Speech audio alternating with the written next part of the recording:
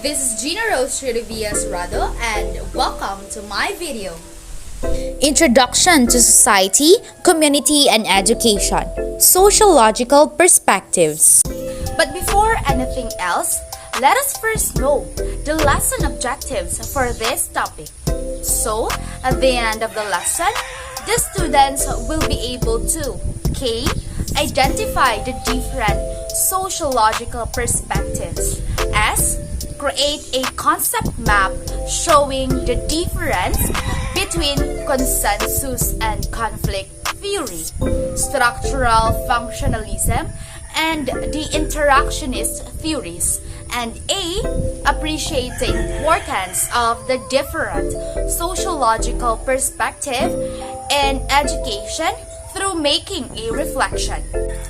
Now, let us talk about consensus and conflict theory. So, consensus theory is a general or widespread agreement among all members of a particular society. It is being considered in these theories that the social order in society should be maintained based upon the accepted norms, values, rules, or regulations that are accepted by the society in general. While conflict theory, from the word itself, conflict, it is the clash between ideas and principles and people. Inequality because those in control of this proportionate share of society's resources actively defend their advantages. So what is the impact of conflict theory in the Philippine education system? So schools contribute to the unequal distribution of people into jobs in the society. Here is the example. Powerful members are in the best positions, while the less powerful groups, the minority, ethnic, racial, and the women are in the lowest rank. So the second one is the structural functionalism. Structural functionalism is a macro theory that looks at how all structures or institutions in society work together. Examples of structures or institutions of society include education, healthcare, family, legal system, and economy, and the religion.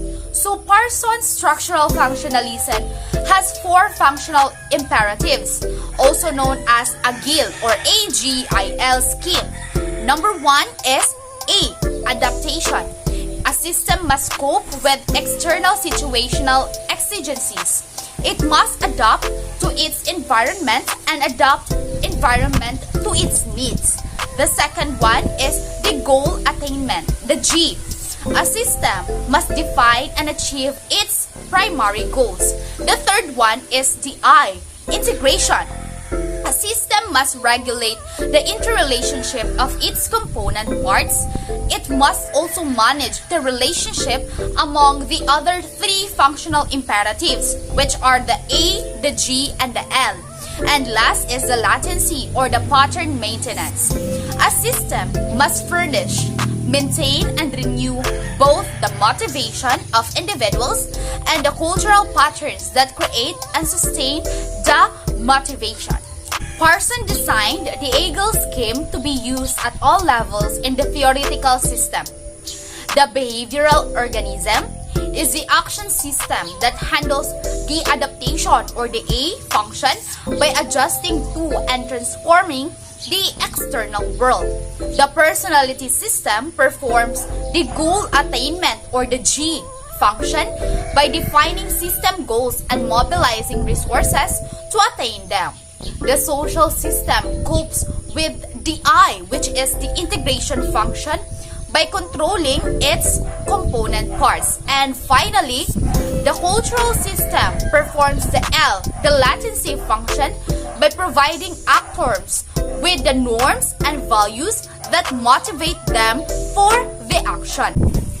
The structural functionalism model addresses the question of social organization and how it is maintained. This theoretical perspective is the legacy of Durkheim and Spencer. It has its roots in natural science and the analogy between a society and an organization. In the analysis of living organism, the scientist's task is to identify the various parts or the structures and determine how they work or its function. In the study of society, the sociologist with this perspective tries to identify the structures of society and how they function in the society. Hence the name structural functionalism. Functionalist sociologists begin with a picture of society that stresses the interdependence of the social system. These researchers often examine how well parts are integrated with each other.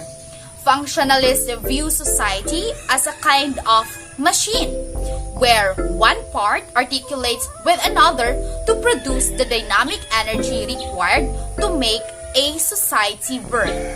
Most important, functionalism stresses the process that maintains social order by stressing consensus and agreement.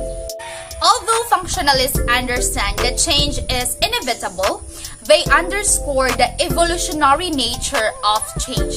Further, although they acknowledge that conflict between groups exists, functionalists argue that without a common bond to unite groups, society will disintegrate. Thus, functionalists examine the social processes necessary to the establishment and maintenance of social order. So how do structural functionalists view education? An important social institution that contributes both manifest and latent functions. And the last theory that we can find is the interactionist theories. What is an interactionist theories? It is all about the relation of school and society that critiques an extension of the functionalists and the conflict perspective. The critics arises from the observation that functionalist and conflict theories are very abstract and emphasize structure and process at a societal level of analysis. While this level of analysis helps us to understand education in big picture, macro-sociological theories hardly provide us with an interpretable snapshot of what schools are like on an everyday level. So what students do and teachers actually do in school.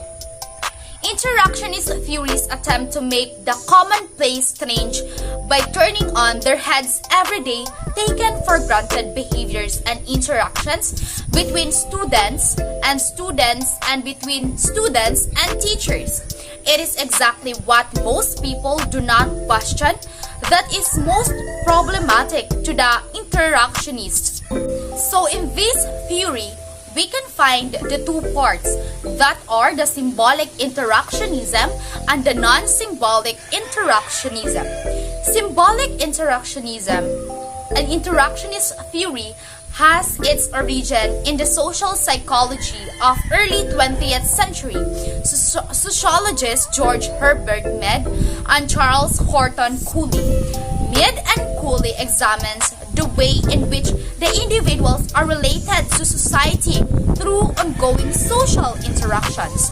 This school of thought, known as the symbolic interactionism, views the self as socially constructed in relation to social forces and structures and the product of ongoing negotiations of meanings.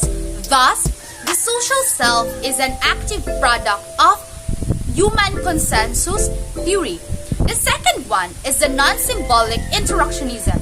The differentiation made by Bloomer, which is following Mead, between two basic forms of social interactions is relevant here. The first non-symbolic interaction, that is from Mead's conversation of gestures, does not involve thinking. The second symbolic interaction does require mental processes. That ends the video. Thank you so much for watching and listening.